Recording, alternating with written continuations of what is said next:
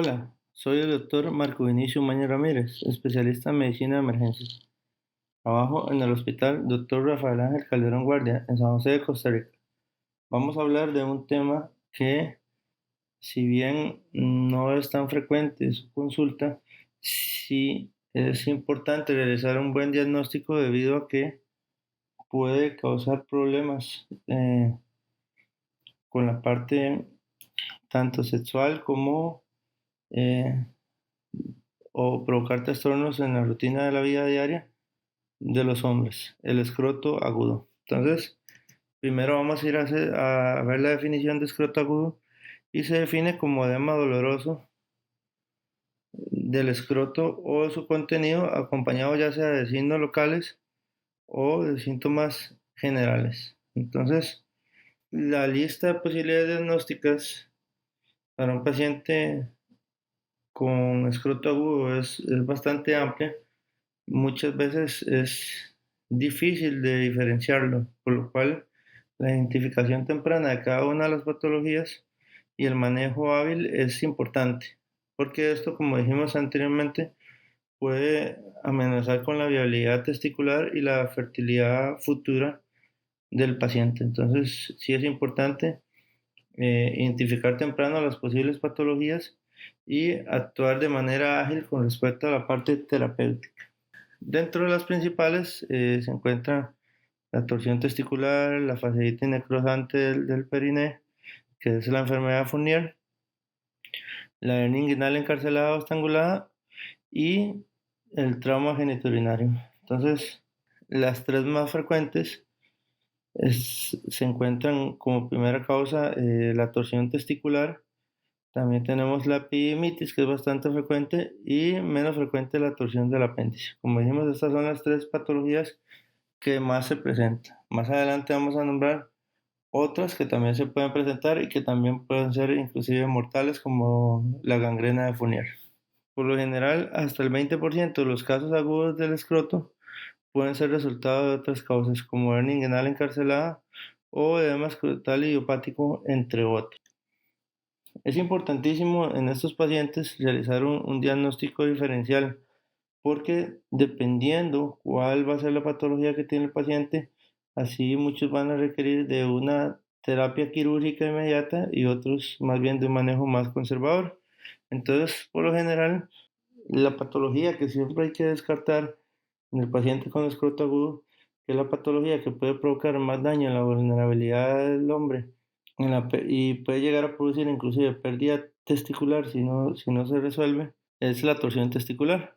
Entonces, como el primer paso, siempre debemos descartar la torsión testicular en estos pacientes. Entonces, por lo general, el paciente que tiene una torsión testicular va a tener acompañamiento de algunos otros síntomas sistémicos como náuseas, vómitos, dolor importante, en comparación con otras causas, por ejemplo, como la epididimitis no complicada o la misma torsión del apéndice. Entonces, como dijimos anteriormente, es importante siempre descartar el diagnóstico de una torsión testicular.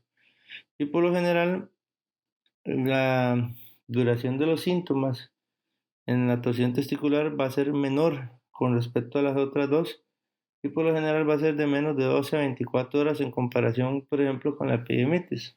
Ahora, los pacientes con la epididimitis también pueden presentar náuseas, malestar general y fiebre baja, pero por lo general, cuando el paciente presenta ya estos síntomas sistémicos es que son infecciones más avanzadas y por lo general ya son epididimo orquitis, que involucran inclusive ya todo el testículo. Entonces, como dijimos inicialmente, por lo general, cuando el paciente siempre tiene síntomas sistémicos, deben descartarse otro tipo o la principal patología que es la torsión testicular, que es la que presenta más síntomas sistémicos y como dije anteriormente, es la que puede afectar la virilidad masculina y puede presentar inclusive pérdida testicular.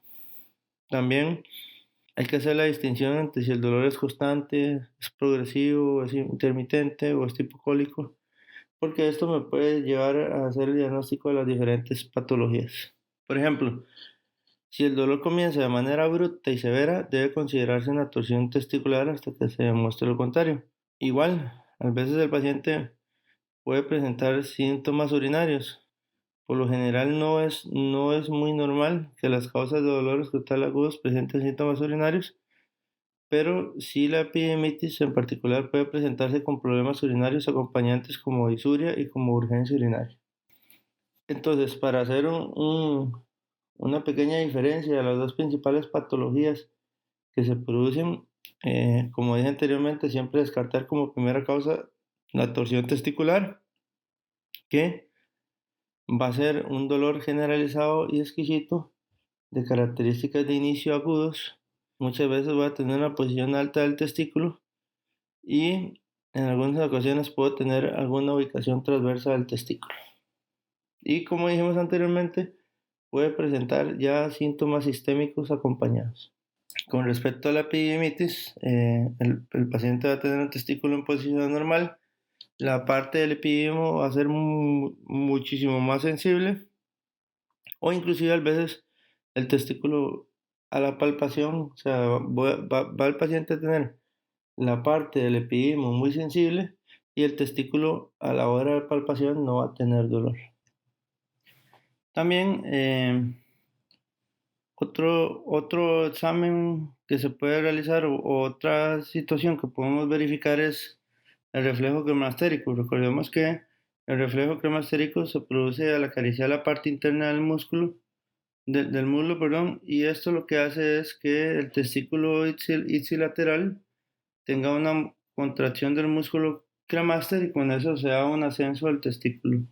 Entonces se dice que en caso de torsión testicular, el paciente podría tener ausencia del reflejo cremastérico, aunque la ausencia de este reflejo es inespecífica porque inclusive hay personas sanas que padecen de la ausencia de este reflejo, sobre todo los hombres en sus primeros años de vida, o también en casos de edema o inflamación testicular, el testículo puede perder este reflejo. Sin embargo, es un reflejo, es una situación que podemos ver a la hora del examen físico que nos puede ayudar sumando otras situaciones para llegar a un diagnóstico certero de torsión testicular. Con respecto a los estudios de imagen, bueno, tenemos que el ultrasonido sigue siendo una herramienta muy útil. Sin embargo, antes de realizar una ecografía, si el paciente tiene clínica de torsión testicular, el diagnóstico de esta patología es clínico y el paciente es llevado inmediatamente a sala de operaciones.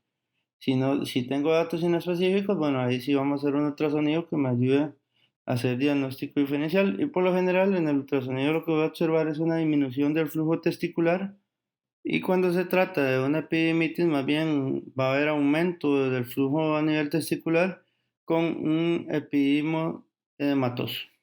Entonces, algunos otros diagnósticos, aparte de la torsión testicular, que se me permite ver con ecografía, bueno, como dije anteriormente, la epididimitis, la perfusión puede ser normal o puede estar aumentada y y esto es debido a los efectos mediados por inflamación a nivel de los lechos vasculares locales. También podemos ver apéndices infartados, hidrocele, que es la presencia de agua testicular, hematocele, que es la presencia de sangre a nivel testicular, varicocele, que es la presencia de varices a nivel testicular. Podemos tener hernias encarceladas, tumores y abscesos que por dicha son poco frecuentes. Continuando con la torsión testicular, bueno, se puede dar a nivel del examen físico una de torsión manual y por lo general esto es cuando el cirujano intenta reducir o quitar la torsión testicular. Entonces, por lo general el paciente cuando ocurre la torsión manual, el dolor puede aliviarse después de realizar la misma. Y el punto final de la torsión manual es el alivio del dolor o el retorno del flujo sanguíneo intratesticular. Por lo general, aunque la torsión manual puede permitir la reperfusión, Esto lo que hace es que alivia el dolor y el testículo se vuelve a perfundir, pero aún así se recomienda siempre la exploración quirúrgica inmediata, después de lo que se cree que se haya hecho una detorsión manual exitosa. Entonces, la detorsión manual lo que viene a hacer es reperfundir el testículo y quitar el dolor.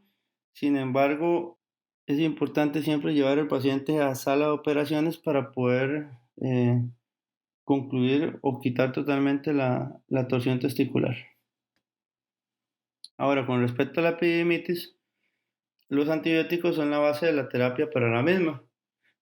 ¿En quiénes ocurren epididimitis? Bueno, en los varones sexualmente activos menores de 35 años, por lo general, dos agentes importantes a tratar es la Neisseria gonorrea y la Clamidia trachomatis.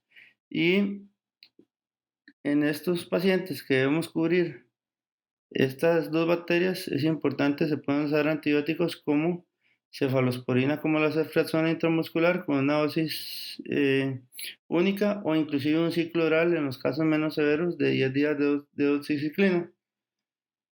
Ya cuando el paciente tiene más de 35 años, ya no hay que cubrir contra clamidia y contra Neisseria gonorrea, sino que ya pacientes se pueden tratar contra patógenos urinarios normales. Entonces, inclusive se puede dar alguna cefalosporina tercera generación.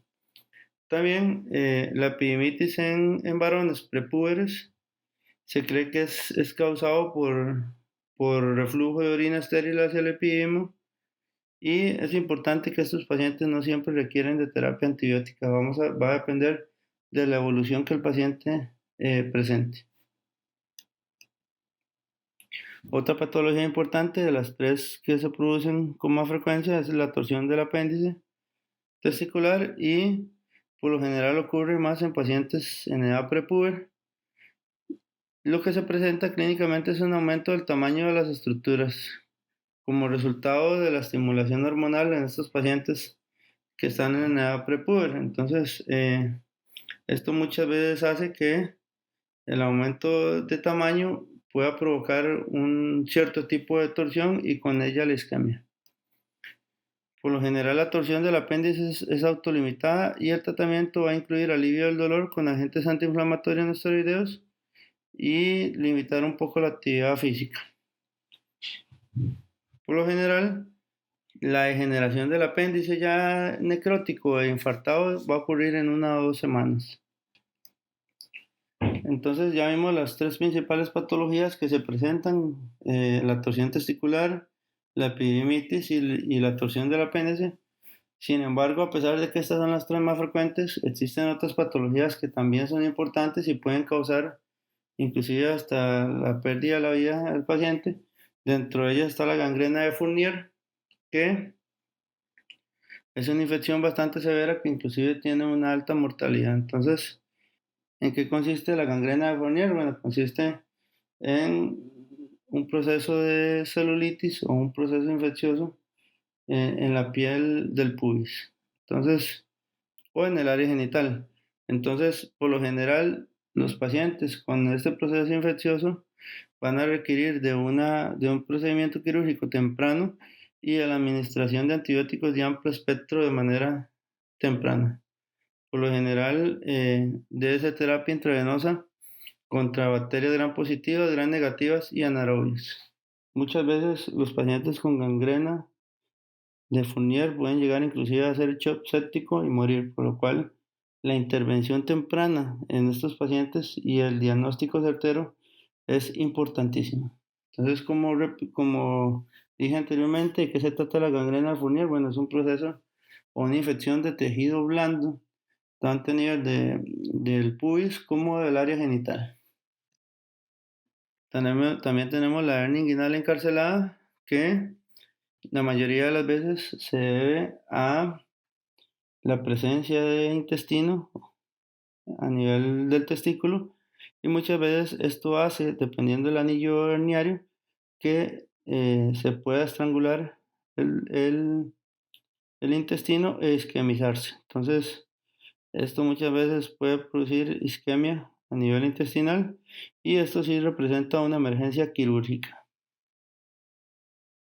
Entonces, hemos dado una pequeña vuelta por las principales patologías que pueden afectar el escroto agudamente. Y recuerde, visitar www.resuscitation.com y nos vemos en la siguiente perla. Muchísimas gracias.